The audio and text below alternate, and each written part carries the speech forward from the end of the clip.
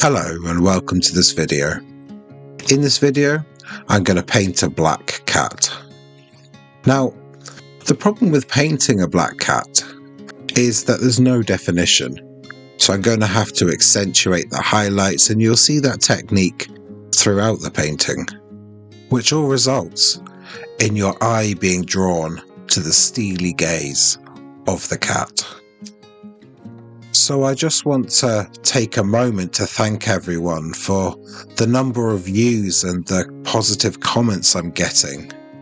I'm still very early on in my YouTube journey, so please like and subscribe if you can. I know it's cliched and I really do hate saying it, but if you are enjoying my videos, it will help me out significantly. So as usual, I've started laying down the block colour, creating a foundation to work from. So there's very little detail in the first layer, but in the second layer you build up the detail, and then the third layer you really refine it. Generally speaking, when I paint 3 layers. This painting was a real challenge for me. The reason being, conveying the expression of colour is probably my most valuable skill. However, this painting is very black and white, so I've had to use the small areas of colours to draw you in. In this painting, I spent a lot of time focusing on the eyes. The eyes are the area of the painting that will immediately grab your attention. With the steely gaze of this cat, it conveys a lot of expression through its eyes. Getting the eyes perfect is going to bring the painting together.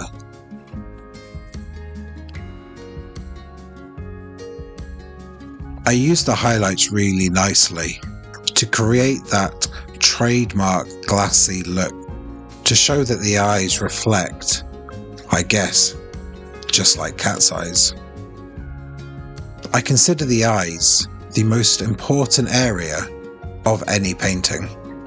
Whether it's a human or an animal, they're the part of the painting which convey the most expression. This isn't the first cat I've ever painted. I painted a Mancoon that I've just put on the screen for you. And that came out really well, although I feel like the form of the front legs was a bit dodgy. But it really taught me how to create texture in fur.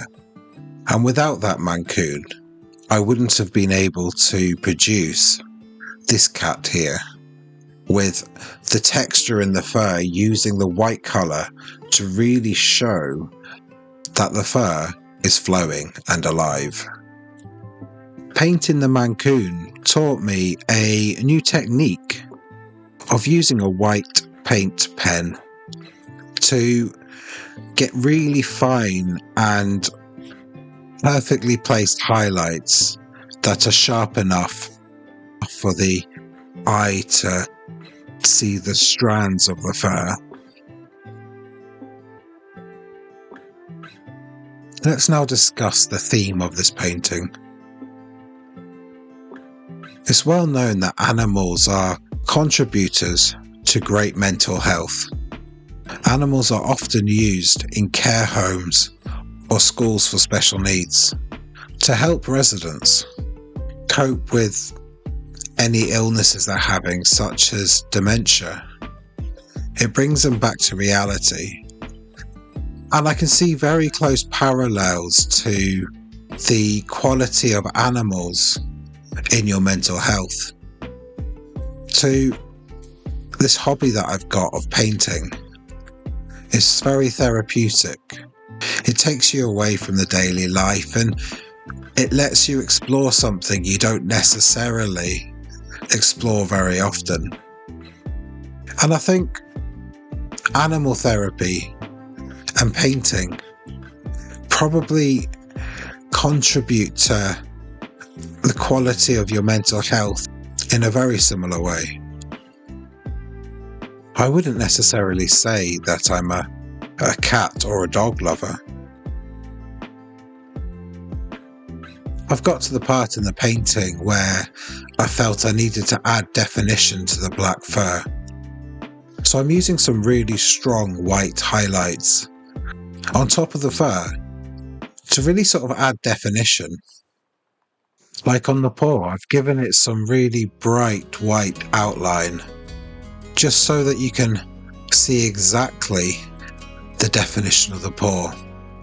And this complements the really sharp claws, which I've painted with a narrow black border, just to give the illusions that the claws are reaching out of the painting towards you.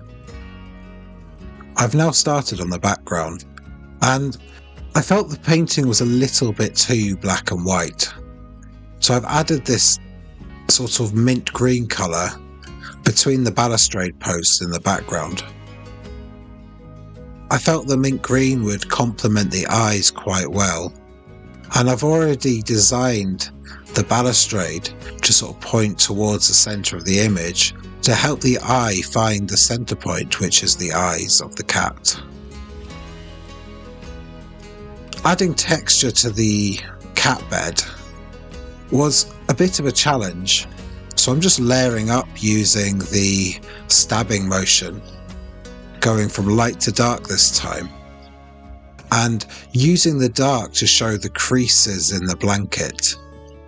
The back of the cat bed is a woolly texture, and I think using this rough brush stabbing motion has really captured the texture of the bed.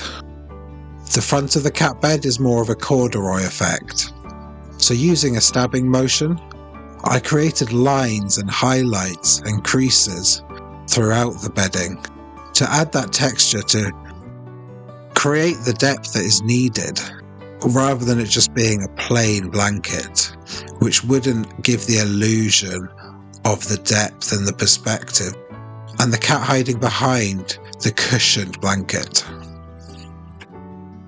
I've contrasted the really dark shadows on this blanket with some really bright white, which brings all the depth together. You can really understand the folds of the corduroy because I've used that really bright highlight. And throughout the painting, I've used the highlights to accentuate things like the eyes as well as the blankets, to make sure that the right areas are popping out of the painting and that you're paying attention and understanding the story I'm trying to convey with this cat.